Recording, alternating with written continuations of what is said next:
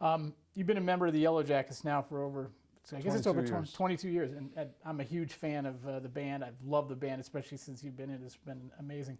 Can you just talk a little bit about your experience being in the group? And I was wondering if you had a couple of favorite Yellow Jacket CDs that you've recorded over the years. I'm proud of all the records we've done, all the recordings we've done with that band. I don't know, I think I've done 13 or 14, and there, you know, a lot of blood, sweat, and tears goes into the making of those records, and they're all very worthy of repeated listenings, and they always sound good to me.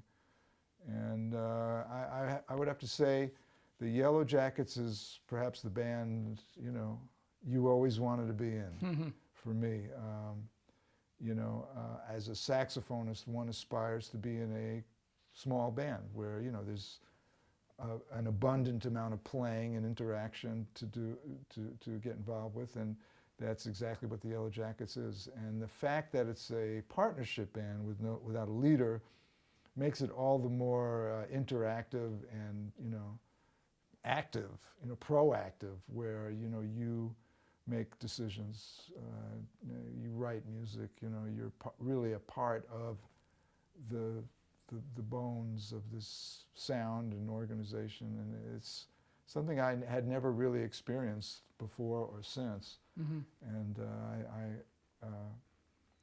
the interesting thing about a quartet like this is when you change one of the personnel, it totally changes the sound of the music, and the music goes in another direction. And that's kind of wild, you know.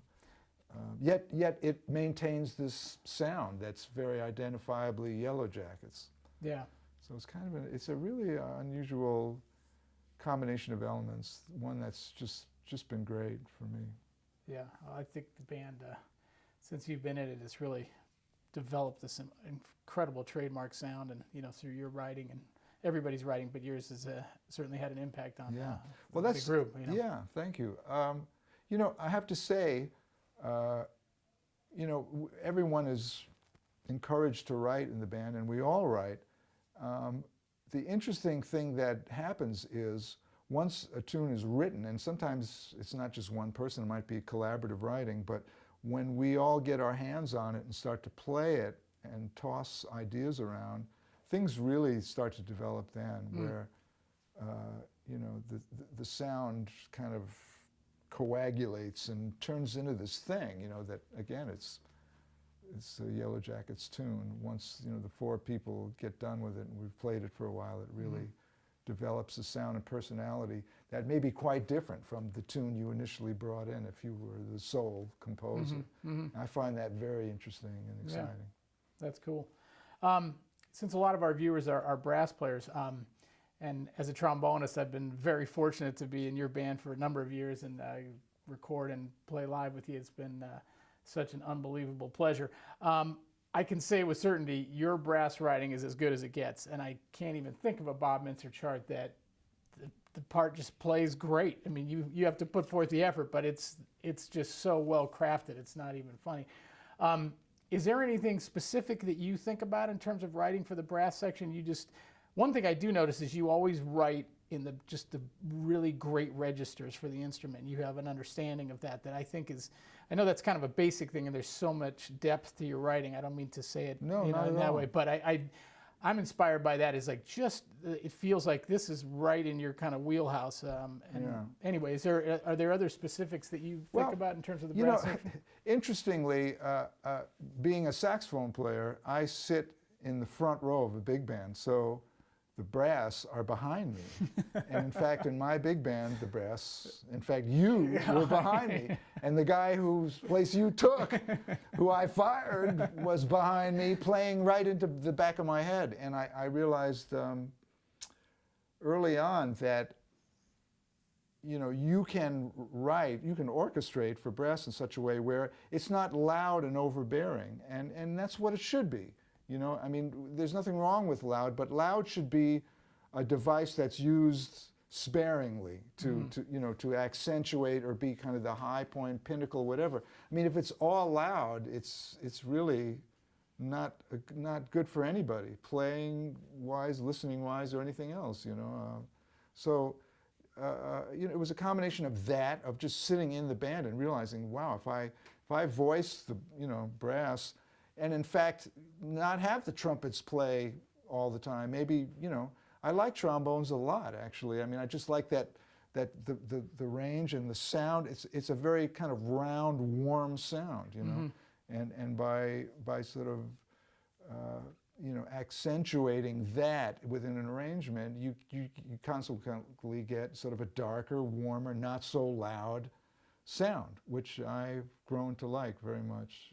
Again, just through having a band and writing and experiencing these things and hearing things I'd write played by great musicians like yourself really informed me as to how I like to write and what I want to hear.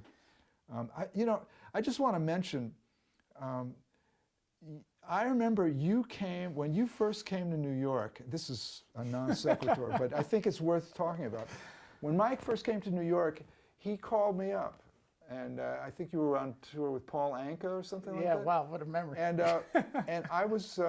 He said, I'm Mike Davis. I'm new in town, and I'd love to come take a lesson with you. And I was like, okay. I've never taught a trombone player before, but why not? Sounds like it would be kind of interesting.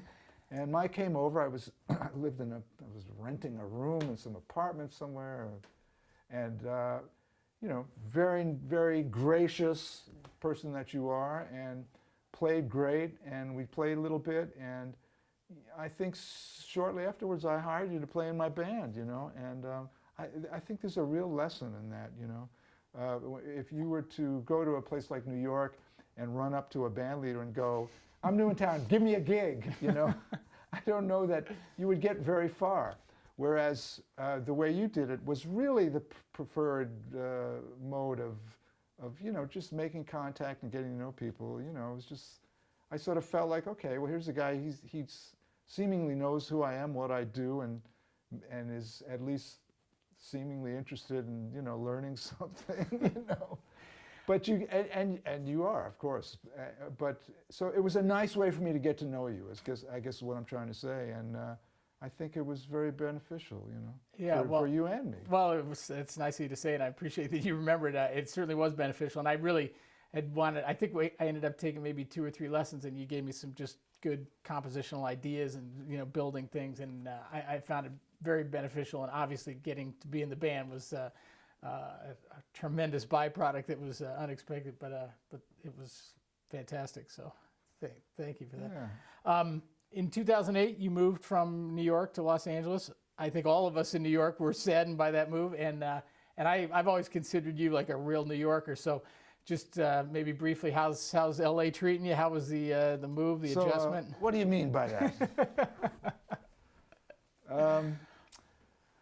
Look, I lived my whole life in New York. I guess I'm forever a New Yorker. But on another level, I'm a citizen of the world. I mean, I travel the world all year round. This opportunity came along to teach on a very creative basis at the University of Southern California, and it actually was something I had always hoped to do, and this, for the first time, seemed like the right opportunity in the right environment. And I, knew people in Los Angeles from having worked with the Yellow Jackets all these years, and so it was a fairly smooth transition for me, anyway, to come out here. Less so for my wife, but we knew enough people here, and once we got here and just experienced the climate and the topography and just the general demeanor that one encounters as the result of this great weather, it was like, okay, we can do this. Yeah. It's actually a very nice thing. And the scene in Los Angeles, I have to say, is it's a thriving scene. It's not perhaps as packed as New York, which works perhaps in our favor on some levels. If you're a good player in Los Angeles, you're going to play and you're going to work. There's clubs to play in. There are people to play with, and I'm as busy as I want to be here, Whereas in New York, there's, in some ways, a glut of great players, and, I think it's a little more difficult to actually play on an ongoing basis there at this point in time. Although, you know, it really depends. I mean, when I first was hanging out in New York in the 70s, I played a lot, and I really made a point of hanging out on the scene. But once I joined the Yellowjacks in particular and had a family, when I'd get back to New York, I wouldn't hang out because I would need to spend time with my family. So, sure. But I find the LA jazz scene to be very friendly and welcoming, and you know, a lot of the students at USC wind up going out into the scene and working and thriving very nicely in Los Angeles. So Wow. there's a nice scene here. Great to hear. That's fantastic.